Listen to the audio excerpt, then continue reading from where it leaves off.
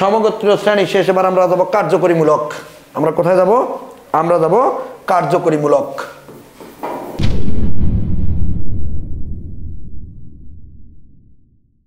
কার্যকরীমূলকের ইংরেজি নাম functional group. কার্যকরীমূলকের ইংরেজি নাম কি? Functional group. কার্যকরীমূলক বা ফাংশনাল গ্রুপ, বা ওর আরো একটি নাম আছে, আরেকটি নাম হলো ক্রিয়াদর্শী গ্রুপ। ক্রিয়াদর্শীমূলক। তাহলে ফাংশনাল গ্রুপের কতগুলো নাম? কার্যকরী গ্রুপ, ক্রিয়াদর্শীমূলক বা ফাংশনাল গ্রুপ। এই কার্যকরীমূলক নিয়ে আমরা এখন আলোচনা করব। জৈব যৌগের বিভিন্ন বংশ আছে, সেই বংশগুলোর নামই আসলে কার্যকরী গ্রুপ।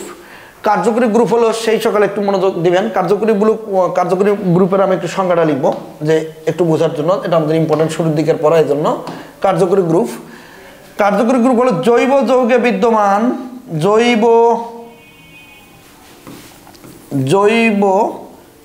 যৌগে বিদ্যমান পরমাণু, জৈব যৌগে বিদ্যমান পরমাণু বা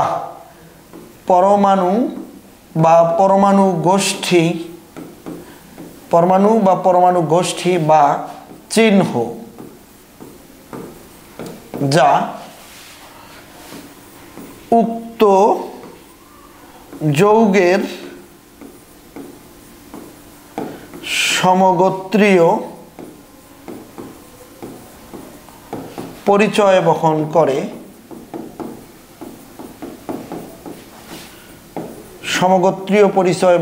করে, এবং সকল রাসায়নিক ধর্ম নিয়ন্ত্রণ করে।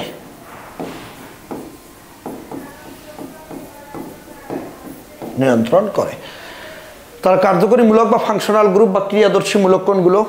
এগুলোকে মানে কার্যকরী গ্রুপ হবে জৈব যৌগে বিদ্যমান পরমাণু হতে পারে, অথবা পরমাণু গোষ্ঠী হতে পারে, অথবা চিহ্ন হতে পারে, যা উক্ত যৌগের সমগোত্রীয় পরিচয় বহন করে, একই বংশের লোক, এবং সকল রাসায়নিক ধর্ম নিয়ন্ত্রণ করে। তাদেরকে বলা হবে আমাদের কি? তাদেরকে বলা হবে কার্যকরীমূলক। ওকে, কার্যকরীমূলক এখন একটুখানি বোঝার জন্য দেখবেন যে কার্যকরীমূলক হলো গিয়ে আমরা একটু বুঝবো। কার্যকরীমূলক এবার পরমাণু হয়ে কার্যকরীমূলক হতে পারে, পরমাণু গোষ্ঠী হয়ে হতে পারে, আবার চিহ্ন দিয়েও কার্যকরীমূলক হতে পারে। তাহলে পরমাণু কোনগুলো? ফর এক্সাম্পল আমরা যদি পরমাণু দিয়ে দেখাই, তাহলে আমরা দেখি আর ও আর, ইথারের কিন্তু শুধুমাত্র ও দিয়ে কার্যকরীমূলক বোঝায়, ও ইথার। পরমাণু গোষ্ঠী যদি বলি তাহলে আমরা বলবো আর সি ডাবল ও এইচ। এই যে সি ডাবল এইচ মানে অনেকগুলো পরমাণু দিয়ে বোঝাচ্ছে পরমাণু গোষ্ঠী। আবার চিহ্ন দিয়েও বোঝায়, কার্বন ডাবল বন্ধন কার্বনের নাম হলো অ্যালকিন। তাহলে এই তিন ধরনের কার্যকরীমূলক পাওয়া যায়। একটা হলো পরমাণু দিয়ে বোঝায়, একটা পরমাণু গোষ্ঠী দিয়ে বোঝায়, একটা চিহ্ন দিয়ে বোঝায়। তাহলে মেইন কথাটা কি? যে কার্যকরীমূলক হতে পারবে এই তিন রকম, এবং এরা সমগোত্রীয় শ্রেণীর পরিচয় বহন করবে, এবং এরা রাসায়নিক ধর্মাবলী নিয়ন্ত্রণ করবে। ভৌত ধর্মের উপর কারো হাত নেই, কারণ ভৌত ধর্মের উপর আল্লাহ তাআলার হাত। কেন? কারণ ভৌত ধর্ম কে মোটা, কে চিকন, কে কালো, কে ফর্সা হবে, এটা নির্ধারণ করে আল্লাহ তাআলা। আর শুধুমাত্র আমরা নির্ধারণ করবো কোনটা? এরা নির্ধারণ করতে পারবে রাসায়নিক ধর্মতে তার ব্যবহার কেমন হবে। সে পড়ালেখা করলে তার ব্যবহার একরকম হবে, সে পড়ালেখা না করলে তার ব্যবহার আরেক রকম হবে। সেটি নির্ধারণ করবে আমাদের এই জৈব যৌগের কার্যকরীমূলক। ওকে, কার্যকরীমূলক বোঝার জন্য আমরা একটু এখন একটা ছকের দিকে চলে যাব। একটু ছকটা দেখবেন সবাই। কার্যকরীমূলক, ওকে, কার্যকরীমূলকের জন্য আমরা একটি ছকে চলে গেলাম।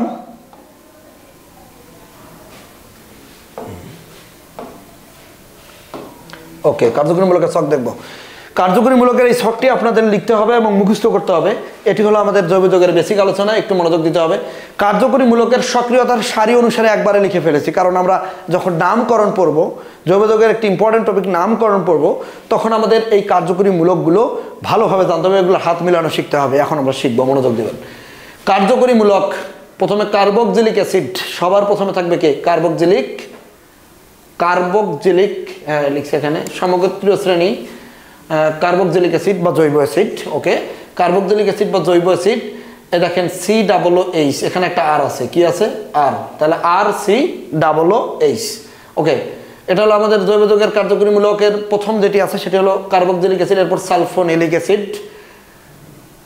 আর এখানে একটা, সবগুলোর একটা করে কিন্তু আর আছে, আর SO3H। আর কি বলেন তো? আর হলো অ্যালকাইল গ্রুপ, ওটা আমরা জানি। আর অ্যালকাইল গ্রুপ একটু পরে বলছি। এরপর থাকবে অ্যাসিড হ্যালাইড, তারপর থাকবে অ্যাস্টার, তারপর থাকবে অ্যাসিড অ্যানহাইড্রাইড, তারপর থাকবে অ্যাসিড অ্যামাইড, তারপর থাকবে সায়ানাইড বা নাইট্রাইল গ্রুপ, তারপর থাকবে আইসোসায়ানাইড, তারপর থাকবে আইসোথায়োসায়ানেট মূলক, তারপর থাকবে আমাদের অ্যালডিহাইড কিটোন, অ্যালডিহাইড কিটোন, তারপর থাকবে আমাদের অ্যালকোহল। অ্যালকোহলের 3টা ডিগ্রিগুলো দেওয়া হয়েছে এখানে। প্রথমে 3 ডিগ্রি, পরে এই যে 3 ডিগ্রি, 2 ডিগ্রি, 1 ডিগ্রি আমি বুঝিয়ে দিচ্ছি। তারপর হলো থায়ো গ্রুপ, থায়োমূলক, তারপর হলো অ্যামিন, তারপর হলো আমাদের অ্যালকেন এখানে আছে, বাদ দিয়ে দিছি। তারপর হচ্ছে এরপর আছে কোনটি বলেন তো? অ্যালকিন, তারপর অ্যালকাইন, তারপর আছে ইথার, তারপর নাইট্রো, তারপরে অ্যালকাইল গ্রুপ। ওকে, এগুলো আমাদের আছে। ওকে, এগুলোর সংকেত একটু আমরা হাত মিলিয়ে পাশে লিখে দেখবো যে এদের হাত মিলানো সংকেতটি কেমন হয়, আমরা পাশে দেখব। ওকে, এবার দেখি। এবার আমরা প্রথমে আসি কার্যকরীমূলক কোনটি, আমরা আসবো কার্বক্সিলিক অ্যাসিড বা এটাতে আসবো COOH। তাহলে RCOOH কে আমরা একটু দেখবো। RCOOH, এই যে RCOOH, একে যদি আমরা হাত মিলিয়ে লিখি তাহলে কি হয় দেখেন তো। একে হাত মিলিয়ে লিখলে হবে RCOOH। এই যে দেখেন, কার্বনের 4টি বিবাহ কমপ্লিট, অক্সিজেনের 2টি, হাইড্রোজেনের 1টি, আর এর 1টি। আর মানে কি? আর মানে অ্যালকাইল গ্রুপ, যেমন ভাইয়া CH3 একটি হাত ফাঁকা, CH3, তারপর হলো CH2, তারপর আরেকটি হাত ফাঁকা, সাধারণ সংকেত হবে CnH, 2n+1 একটি হাত ফাঁকা। দিস ইজ আর গ্রুপ বা অ্যালকাইল গ্রুপ। ওকে, তাহলে অনুরূপভাবে সালফোনিক, এই যে আর, আমরা এটা একটু দেখবো। আর SO3H, একে হাত মিলিয়ে লিখবো। কিভাবে হাত মিলানো যায় দেখি। আর একটি হাতে S থাকবে, তারপর দেখেন OH। ওকে, বলেন দেখি এখানে আমাদের কতগুলো আছে সালফারের যোজনী। সালফারের যোজনী আছে, মানে ইলেকট্রন আছে কতটি সালফারের ইলেকট্রন আছে। দেখেন সালফারের ইলেকট্রন এখানে আছে 2টি, এখানে আছে 1টি, এখানে 1টি। সালফারের বহিষ্ঠ কক্ষপথে ইলেকট্রন থাকে 6টি, হয়ে যায় 6টি ইলেকট্রন কমপ্লিট। এই যে 2, 2, 4, 5, 6টি। তাহলে একটি করে সমযোজী বন্ধনে গেছে এদিকে, একটি আরেকটি গেছে এদিকে সমযোজী বন্ধনে। ওকে, এখন আরো 2টি থাকে, তাহলে যে অক্সিজেনগুলোর সঙ্গে আমরা এরকম বন্ধন দিব। তাহলে এরকম বন্ধন কেন দিব? কারণ অক্সিজেনের সঙ্গে তার সন্নিবেশ বন্ধন। সন্নিবেশ বন্ধন মানে কি? সন্নিবেশ বন্ধন মানে এক বন্ধু আরেক বন্ধু, 2 বন্ধু চা খেতে গেছে, তো চা খাওয়া শেষে কৃপণ বন্ধু একজন, দাতা বন্ধু একজন। কৃপণ বন্ধু টাকা দিচ্ছে না, ও বলছে যে আমার পকেটে কোনো টাকা নেই। তখন কি করবে? তখন দাতা বন্ধু বলবে আমি টাকা দিয়ে দিলাম তোর। তখন ওর দিকে আঙ্গুল তুলে বলবে তোর টাকা আমি দিলাম। এটা হলো আমাদের সন্নিবেশ বন্ধন। তাহলে বন্ধুত্বের বন্ধনের নাম সন্নিবেশ বন্ধন। তাহলে দেখেন যে অক্সিজেনের যে হিসাবটা দাঁড়ালো, দেখেন আমি একটি বুঝিয়ে দিচ্ছি। অক্সিজেনের ইলেকট্রন আছে 2, 4, 6, আর কিন্তু নেই। তাহলে অক্সিজেনের বহিষ্ঠ শক্তি স্তরে ইলেকট্রন আছে কতটি? ইলেকট্রন আছে 6টি। তাহলে ওর 2টি ইলেকট্রনের প্রয়োজন অষ্টক পূরণ করতে, কারণ অষ্টক পূরণ সবাই করতে চায় আমাদের কেমিস্ট্রিতে। তাহলে সালফারের যে এক জোড়া নিঃসঙ্গ ইলেকট্রন আছে, তারা বলবে যে তোর বিল দিয়ে দিলাম। তখন এই ইলেকট্রন জোড়াকে এও দাবি করবে, ও দাবি করবে। এটি হলো সন্নিবেশ বন্ধন। এভাবে 2টি সন্নিবেশ বন্ধন গঠন করেছে সালফার। ওকে, তাহলে এটি হলো আমাদের কি এটি বলেন তো? এটি হলো আমাদের এই দুটার গাঠনিক সংকেত গেল। এবার আমরা 3 নম্বরের গাঠনিক সংকেতে যাব। 3 নম্বরের গাঠনিক সংকেত, 3 নম্বরটি কোনটি আছে বলেন তো? 3 নম্বরে আছে আমাদের অ্যাসিড হ্যালাইড মূলক। তাহলে অ্যাসিড হ্যালাইড হলো RCOX, হাত মিলিয়ে লিখবো RC+X। এই যে দেখেন 4টি করে হাত মিলে গেল, কার্বনের 4টি হাত, আর এর একটি, X এর একটি। X মানে হ্যালোজেন। ওকে, তারপর আমরা আসবো, এরপর আমরা কোনটিতে আসবো? আমরা অ্যাস্টার মূলকে আসবো। অ্যাস্টার কোনটা? RCOOR। তাহলে আমরা বেসিক আলোচনা করছি, জৈব যৌগের বেসিক এখন পড়ছি, যে কিভাবে শুরুর দিকের জিনিসগুলো পড়ে এগোলে আমরা আরো ভালো করতে পারবো। COOR, আমি জৈব যৌগের সবগুলো ভিডিও দিব, তো এজন্য একদম শুরু থেকে শুরু করেছি, একদম সবগুলো দিয়ে দেবো। এই দেখেন অ্যাস্টার মূলক RCOOR। তাহলে হাত মিলিয়ে লিখেছি, দেখেন সবার হাত মিলে গেছে। এভাবে আপনাকে হাত মিলিয়ে শিখতে হবে। এরপর অ্যাসিড অ্যানহাইড্রাইড। তাহলে অ্যাসিড অ্যানহাইড্রাইডের সাধারণ সংকেত কি? RC+OCR। এটা হলো অ্যাসিড অ্যানহাইড্রাইড। তাহলে হাত মিলিয়ে লিখবো RCOOR। This is acid anhydride. হাত মিলিয়ে লেখা কমপ্লিট। তারপর আমরা যদি বলি অ্যাসিড অ্যানহাইড্রাইডের পরে হলো অ্যামাইড মূলক। অ্যামাইড কোনটি? অ্যামাইড মূলক RCONH2। তাহলে এটিকে যদি আমরা এখন হাত মিলিয়ে লিখি, এটা হলো এটার হাত মিলানো, এটা হলো এটার হাত মিলানো, তাহলে আর সিও এন দুটা হাত, এইচ এইচ, এই যে মিলে গেল। দেখেন নাইট্রোজেনের 3টা হাত মিলে গেল, কার্বনের 4টা হাত, আর এর একটি হাত মিলে গেল। ওকে, অ্যাসিড অ্যান্ড হাইড্রাইড কমপ্লিট, তারপরে অ্যাসিড অ্যামাইড কমপ্লিট হয়ে গেল। এরপর আসলো নাইট্রাইল গ্রুপ বা সায়ানাইড গ্রুপ, এটার হলো সাধারণ সংকেত আর সিএন। এটাকে যদি আমরা হাত মিলিয়ে লিখি, হাত মেলানোটা শেখানোর জন্য এটাতে আমরা এটা পড়ছি ট্রিপল বন্ধন এন। ট্রিপল বন্ধন কেন? কারণ নাইট্রোজেনের 3টা হাত, কার্বনের 4টা হাত হয়ে দেখেন 4টা হাত মিলে গেছে। তাহলে এই নাইট্রাইল গ্রুপও আমাদের কমপ্লিট হয়ে গেল। ওকে, নাইট্রাইল গ্রুপও কমপ্লিট হয়ে গেল, নাইট্রাইল গ্রুপ কমপ্লিট হয়ে গেল। এরপরের গ্রুপের নাম কি বলেন তো? নাইট্রাইলের পরে হলো আমাদের আইসোসায়ানাইড।